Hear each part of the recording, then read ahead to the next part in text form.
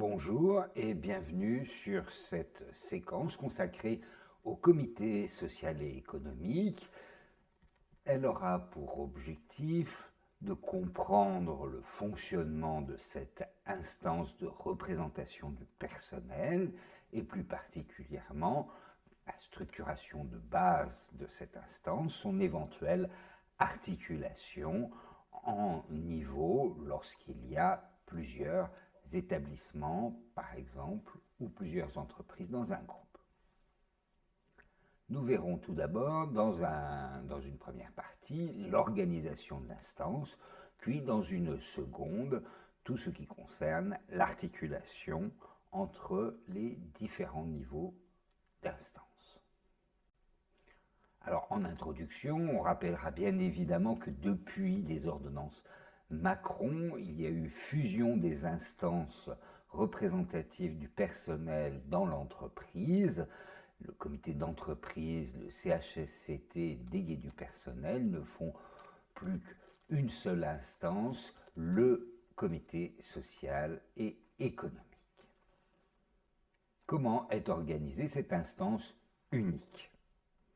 Avant de voir son fonctionnement et ses moyens, nous allons examiner la structuration du CSE. Il faut rappeler au préalable que le CSE va se doter d'un règlement intérieur qui est distinct du règlement intérieur de l'entreprise. Ce règlement intérieur du CSE va fixer les modalités de fonctionnement de celui-ci et de ses rapports avec les salariés de l'entreprise. Attention, le règlement intérieur ne peut prévoir d'obligations supplémentaires pour l'employeur qui n'auraient pas été consenties par l'instance va pouvoir se doter de commissions internes. Certaines sont obligatoires. C'est le cas de la commission santé, sécurité, conditions de travail, la CSSCT, sous certaines conditions, notamment d'effectifs. Il y a également des commissions chargées des marchés. Pour ce qui concerne les autres commissions, par exemple les commissions formation, égalité professionnelle ou n'importe quelle autre commission qui pourrait être mise en place au sein d'un CSE, eh bien, il y a possibilité de s'organiser comme on le souhaite, mais des dispositions supplétives viennent à s'appliquer en l'absence d'accord collectif organisant les commissions. La commission santé, sécurité, conditions de travail est requise dans chaque CSE d'entreprise de 300 salariés et plus et également dans certaines entreprises spécifiques, celles qui sont soumises par exemple à des règles Céveso, également dans le nucléaire ou lorsque l'inspecteur du travail l'exige en raison des risques spécifiques et ce, quand bien même le nombre de salariés serait inférieur à 300 salariés. Cette commission va bénéficier des attributions en matière de santé, sécurité et conditions de travail du CSE que celui-ci lui aura explicitement déléguées. L'organisation de cette commission et sa mise en place peut se faire par accord majoritaire, mais également par accord de l'employeur avec le comité social et économique, ou encore dans le cadre du règlement intérieur du CSE. La commission des marchés a pour objectif d'assurer une transparence sur le choix des fournisseurs et prestataires du CSE. Elle est organisée si 2 des 3 critères suivants sont remplis.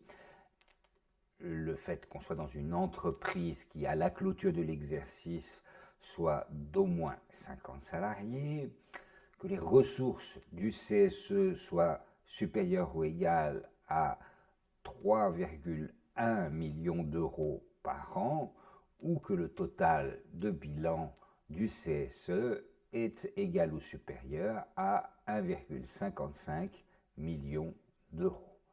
Si deux de ces critères sont réunis, la commission des marchés est, selon le Code du travail, obligatoire.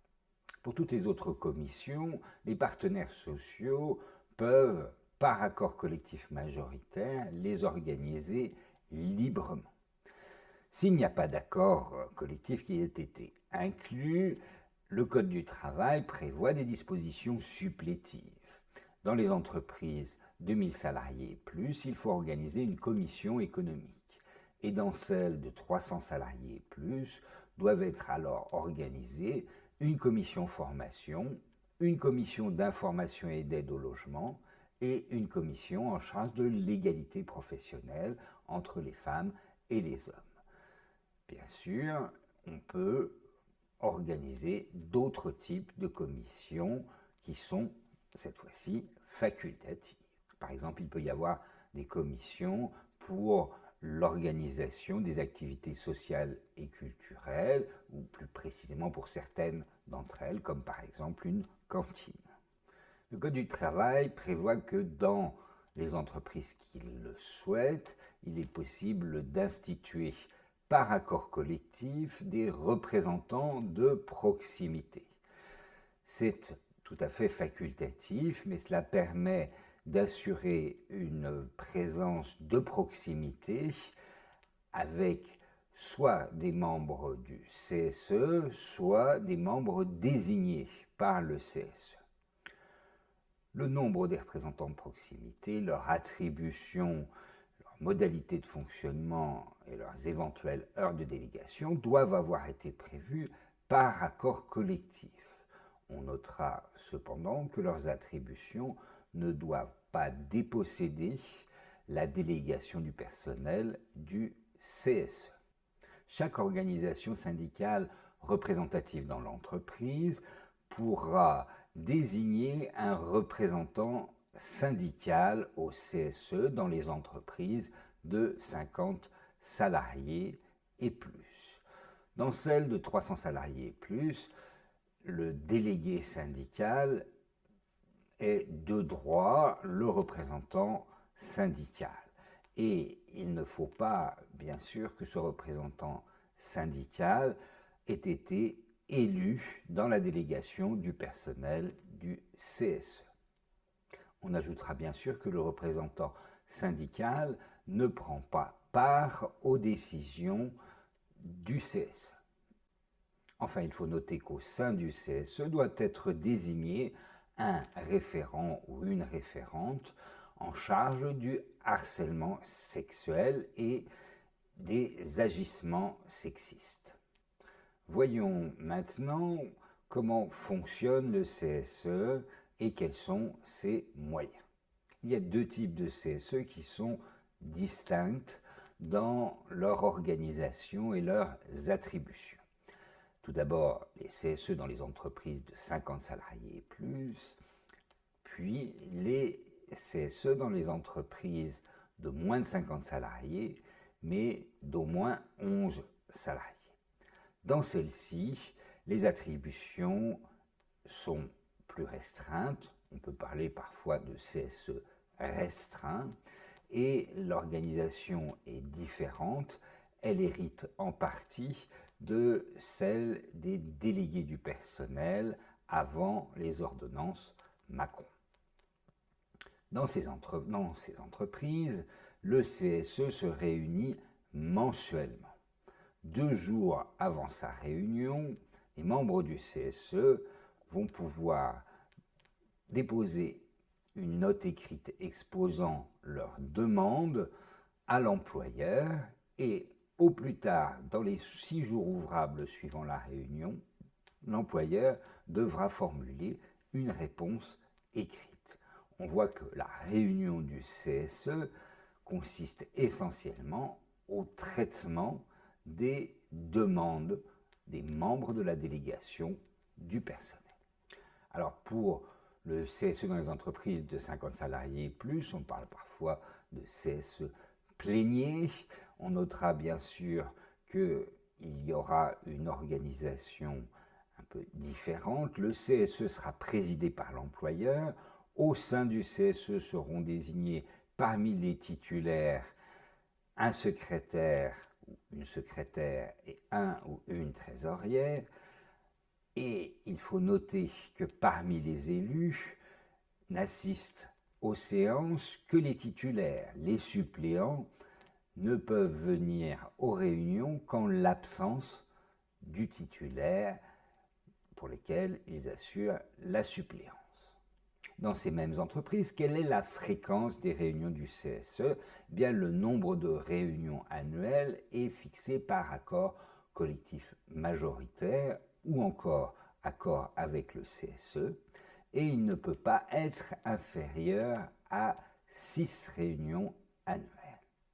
À défaut d'accord, les réunions seront mensuelles dans les entreprises de 300 salariés et plus, ou tous les 2 mois dans les entreprises de moins de 300 salariés.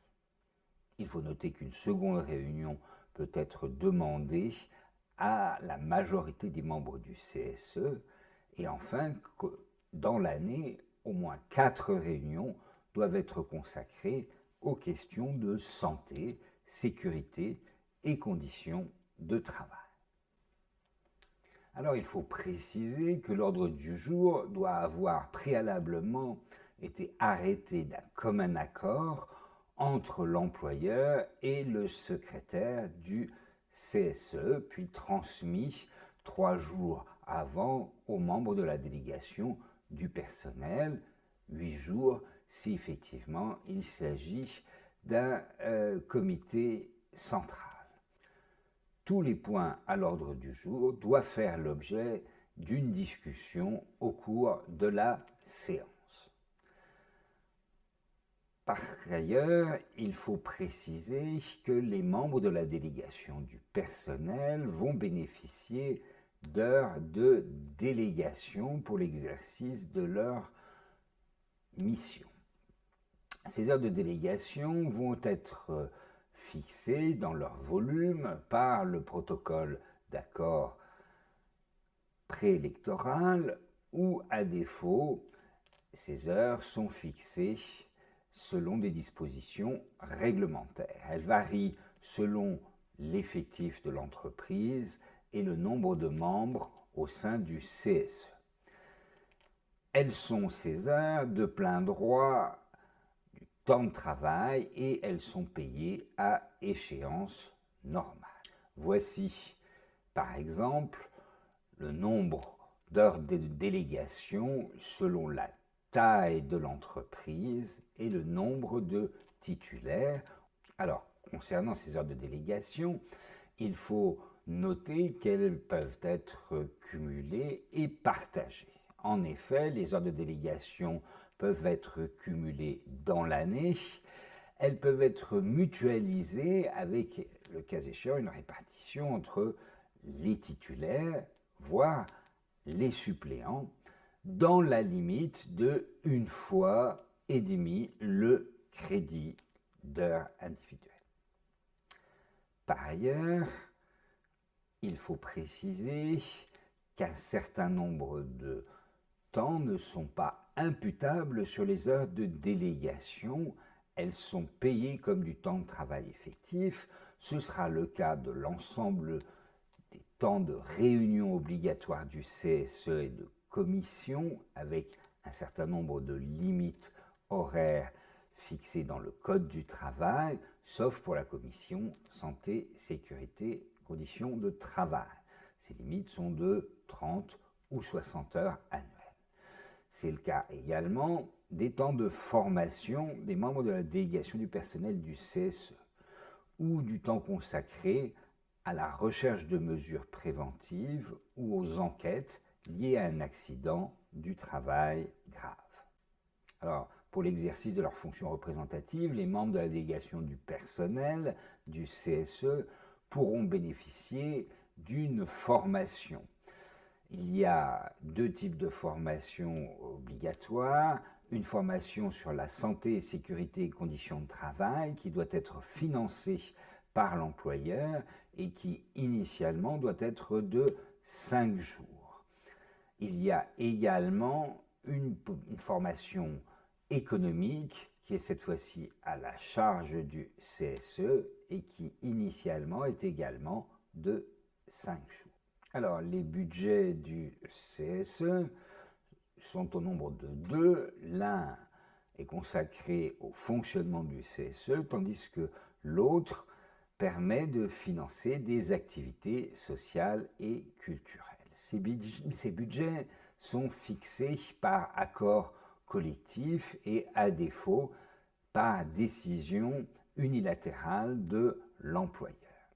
La subvention de fonctionnement est égale à au moins 0,2% de la masse salariale, 0,22 si l'entreprise a 2000 salariés et plus.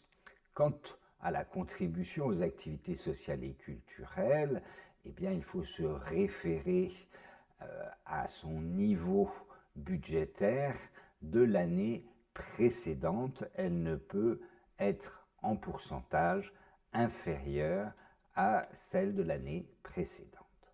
Alors, le CSE peut décider d'une fongibilité partielle entre les deux budgets dans la limite annuelle de 10% des excédents budgétaires.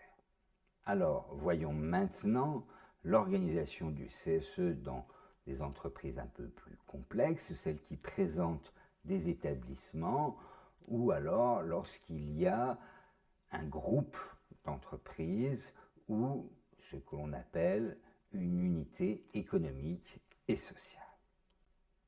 Alors, il est assez fréquent qu'une entreprise comporte plusieurs établissements distincts. En ce cas, il est possible qu'il y ait une organisation particulière pour le CSE, qui ne sera à ce moment-là pas un CSE unique, mais pourra se décomposer en plusieurs instances. Normalement, dans une entreprise, il y a un CSE d'entreprise unique. Mais lorsque sont reconnus des établissements distincts, il y aura un CSE pour chacun des établissements et un CSE central. L'ensemble de ces instances auront la personnalité civile et bénéficieront du même type de fonctionnement. La mise en place de cette organisation se fait par accord d'entreprise majoritaire ou à défaut par accord avec le CSE. Sinon, il reviendra à l'employeur d'organiser la mise en place d'établissements distincts avec une décision unilatérale de l'employeur, une DUE.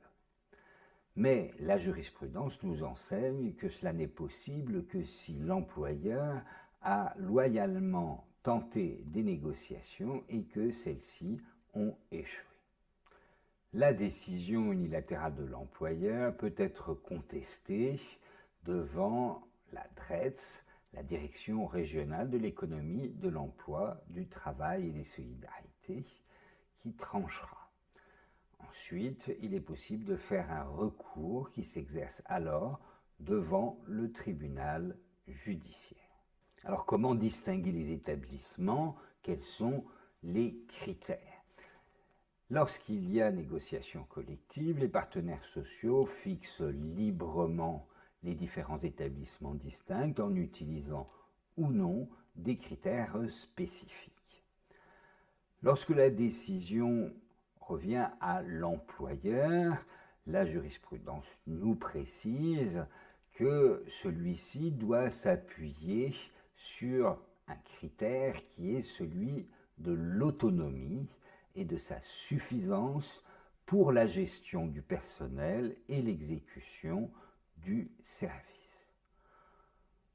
On notera que le fait que des fonctions support soient centralisées ou qu'il y ait des procédures de gestion qui soient définies au niveau du siège et non de l'établissement n'exclut pas l'existence d'établissements distincts.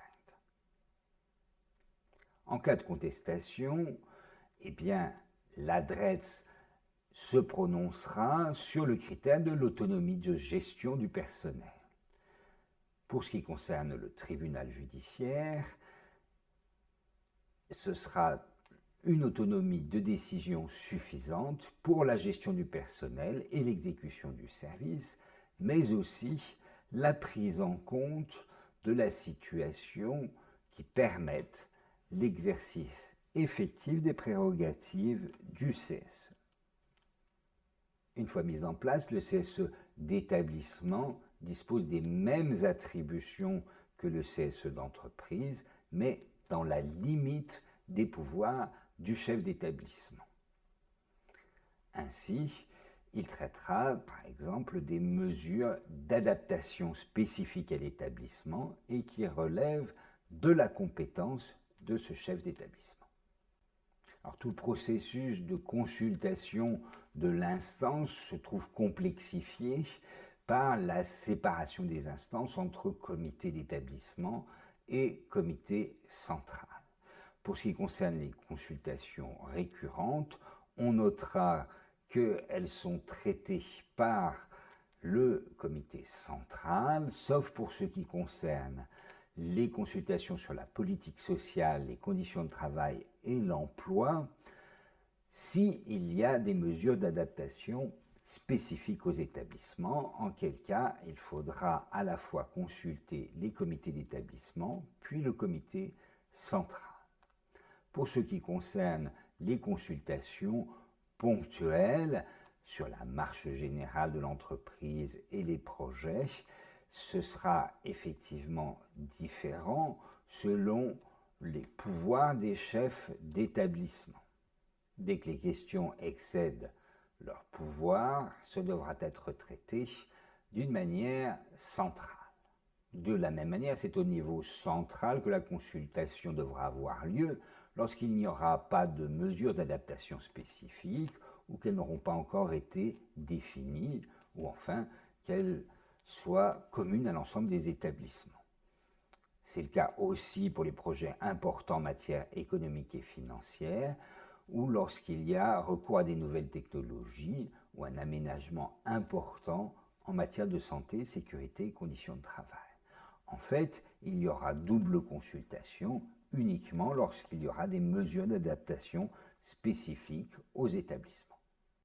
Pour la répartition des budgets, le CSE d'établissement bénéficiera de la subvention de fonctionnement et l'ensemble des comités d'établissement devront se mettre d'accord avec le comité central pour lui permettre de dégager son propre budget de fonctionnement.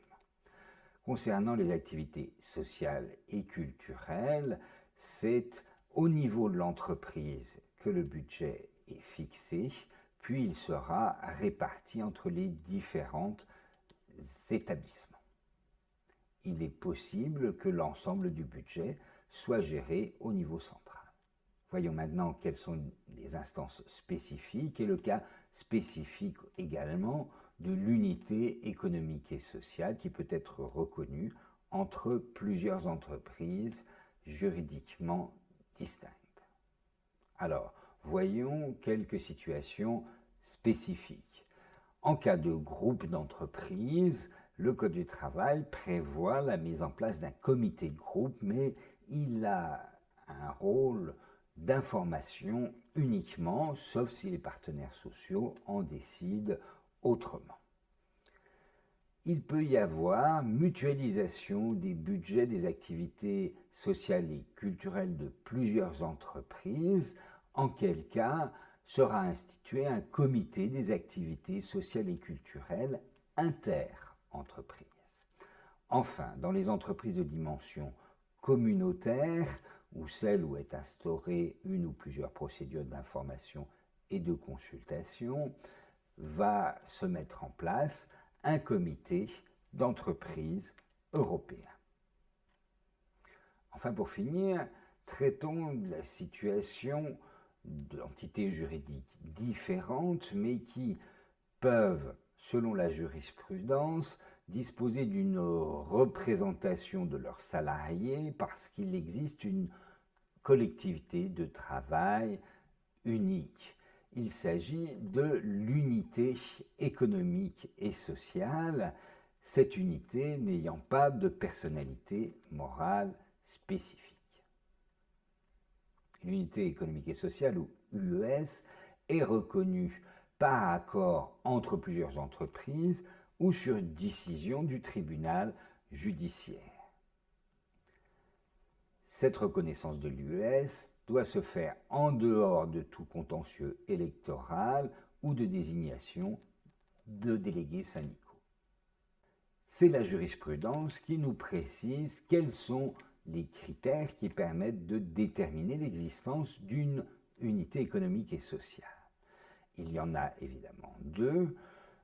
L'unité économique, d'une part, qui est caractérisée lorsqu'il y a concentration des pouvoirs de direction et similarité ou complémentarité des activités des différentes entreprises. D'autre part, il doit y avoir une communauté de travailleurs, c'est ce que l'on appelle l'unité sociale.